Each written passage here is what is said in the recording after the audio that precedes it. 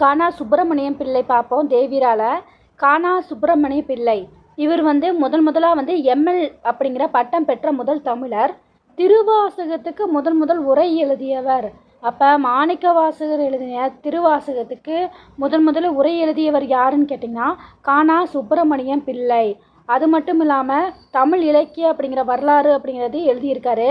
அதுக்கப்புறம் தொல்காப்பிய பொருளதிகாரம் அல்லது பழந்தமிழர் நாகரீகம் அப்படிங்கிற நூலோட ஆசிரியர். அப்போ தொல்காப்பியத்தில் பொருளதிகாரம் அல்லது அதுக்கு இன்னொரு பேர் என்னங்க, பழந்தமிழர் நாகரீகம் என்ற நூலோட ஆசிரியர் யார்? கானா சுப்பிரமணியம் பிள்ளை அப்படிங்கிறது. அடுத்தது நாவலர் சோமசுந்தர பாரதியார் பார்க்கலாம். நம்ம பாரதிதாசன் கேள்விப்பட்டிருப்போம். இப்போ பார்த்துட்டிங்கன்னா நாவலர் சோமசுந்தர பாரதியார். இவர் பார்த்திங்கன்னா வழக்கறிஞர்.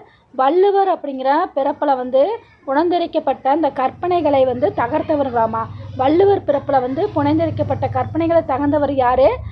இவர் நாவலர் சோமசுந்தர பாரதியார்.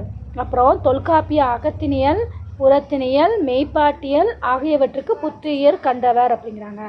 அப்போ தொல்காப்பியத்திலே இந்த அகத்தினியல், புறத்தினியல், மெய்ப்பாட்டியல் அப்படிங்கிற மூணுமே அடங்கியிருக்குது.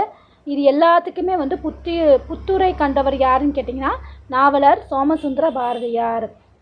இவரோட நூல்கள் அப்படின்னு பார்த்துட்டிங்கன்னா திருவள்ளுவரை பற்றி எழுதியிருக்கார். யார்? சோமசுந்தர பாரதியார்.